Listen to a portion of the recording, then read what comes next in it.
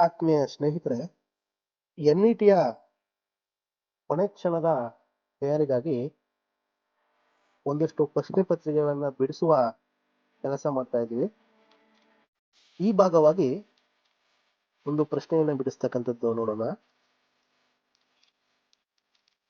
ಇಲ್ಲಿ ಷಡಕ್ಷರಿ ಕವಿಯ ರಾಜಶೇಖರ ವಿಲಾಸ ಕೃತಿಯ ಸ್ವರೂಪ ಯಾವುದು ಅಂತ ಕೇಳಿದ್ದಾರೆ. ಅಂದ್ರೆ ವಸ್ತುಕ ಮತ್ತು ವರ್ಣಕ ಕಾವ್ಯಗಳ ಬಗ್ಗೆ ಈ ಪ್ರಶ್ನೆಯನ್ನ ತೆಗೆದಿರೋದಾಗಿದೆ. ಅವ್ರು ಹೇಳ್ತಾರೆ ಆಪ್ಷನ್ ಎ ವಸ್ತುಕ ಕಾವ್ಯ, ಖಂಡಕಾವ್ಯ, ವರ್ಣಕ ಕಾವ್ಯ, ಮಹಾಕಾವ್ಯ ಅಂತ ಹೇಳ್ತಾರೆ. ಇದು ಯಾವುದು ವಸ್ತುಕ ಕಾವ್ಯನ, ವರ್ಣಕ ಕಾವ್ಯನ ಅಥವಾ ಖಂಡಕಾವ್ಯನ ಅಂತ ಕೇಳಿದಾಗ ಇದೊಂದು ವಸ್ತುಕ ಕಾವ್ಯ ಆಗಿದೆ. ಹಾಗಾದ್ರೆ ವಸ್ತುಕ ಕಾವ್ಯ ಅಂದ್ರೇನು? ಇದು 2019 ಜನವರಿ ಎನ್ಇಟಿ ಪ್ರಶ್ನೆ ಪತ್ರಿಕೆ ಆಗಿದೆ. ನೋಡಿ, ವಸ್ತುಕ ಕಾವ್ಯ ಅಂತಂದ್ರೆ ಏನಂದ್ರೆ ಕೆಲವು ಕನ್ನಡ ಅಲಂಕಾರಿಕರು ವಸ್ತುಕ ಮತ್ತು ವರ್ಣಕ ಎಂಬ ಎರಡು ಕಾವ್ಯ ಪ್ರಭೇದಗಳನ್ನ ಹೇಳ್ತಾರೆ. ಅದರಲ್ಲಿ ವಸ್ತುಕ ಅಂತಂದ್ರೆ ಏನಪ್ಪಾ ಅಂದ್ರೆ ಚಂಪು ಲಕ್ಷಣಗಳ ಸರಣಿಯನ್ನು ಅನುಸರಿಸಿ ಬರೆಯಲಾಗಿರುವ ಗದ್ಯ ಪದ್ಯಾತ್ಮಕ ಕಾವ್ಯಕ್ಕೆ ವಸ್ತುಕ ಕಾವ್ಯ ಅಂತ ಕರಿತೀವಿ. ಅಂದ್ರೆ ಚಂಪು ಪ್ರಭೇದದಲ್ಲಿತ್ತು, ಲಕ್ಷಣಗಳನ್ನು ಉಳ್ಳದಾಗಿತ್ತು. ಅದು ಗದ್ಯ ಪದ್ಯಾತ್ಮಕವಾದಂತಹ ಕಾವ್ಯಕ್ಕೆ ನಾವು ವಸ್ತುಕ ಕಾವ್ಯ ಅಂತೀವಿ. 16ನೇ ಶತಮಾನದ ರತ್ನಾಕರಣ ವರ್ಣೆಯಂತೂ ಲಾ ಮತ್ತು ರಾಗಳ ಬಳಕೆಯು ಕೇವಲ ವಸ್ತುಕ ಕಾವ್ಯಗಳಲ್ಲಿ ಮಾತ್ರ ಇದೆ ಎಂದು, ವರ್ಣಕ ಕಾವ್ಯಕ್ಕೆ ಇಲ್ಲವೆಂದು ಅಥವಾ ಇಲ್ಲದೆಯೂ ನಡೆಯುತ್ತದೆ ಎಂದು ತನ್ನ ಸ್ಪಷ್ಟವಾದ ಅಭಿಪ್ರಾಯವನ್ನ ಹೇಳ್ತಾನೆ. ಹಾಗಾದ್ರೆ ಇನ್ನು ವರ್ಣಕ ಕಾವ್ಯ ಅಂತ ಕೇಳೋದಾದ್ರೆ, ವರ್ಣಕ ಕಾವ್ಯವು ಯಾವುದೊಂದು ವಿಷಯ ಕಾವ್ಯ ಲಕ್ಷಣವಾಗಲಿ ಸಂಸ್ಕೃತ ಕಾವ್ಯಕ್ಕೆ ಮಾದರಿಯನ್ನಾಗಲಿ ಇಟ್ಟುಕೊಳ್ಳದೆ ಬರೆದಿರುವ ಪದ್ಯಾತ್ಮಕ ಕಾವ್ಯಕ್ಕೆ ವರ್ಣಕ ಕಾವ್ಯ ಅಂತೀವಿ.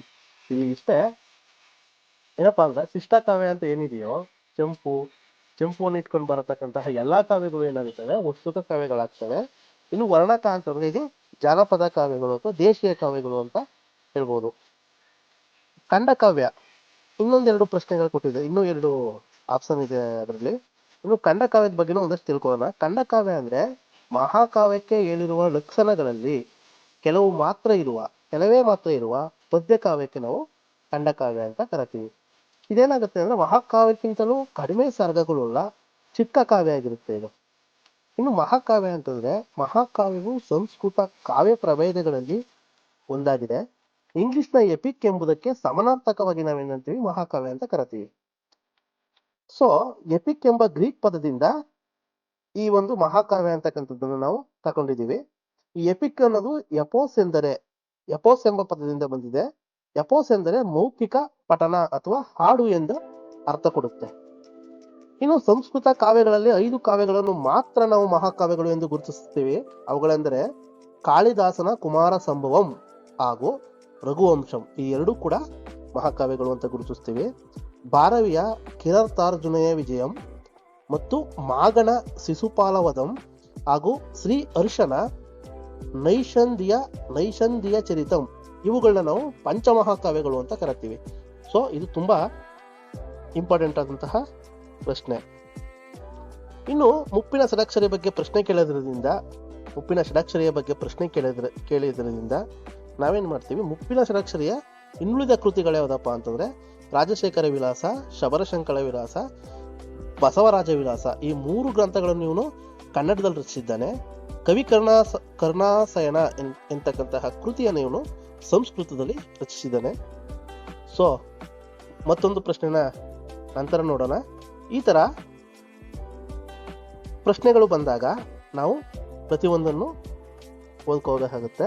ಸೊ ಆಸರೆ ಅಕಾಡೆಮಿಯ ಈ ಒಂದು ಪ್ರಯತ್ನಕ್ಕೆ ನೀವೆಲ್ಲರೂ ಸಪೋರ್ಟ್ ಮಾಡ್ತೀರಾ ಅಂತ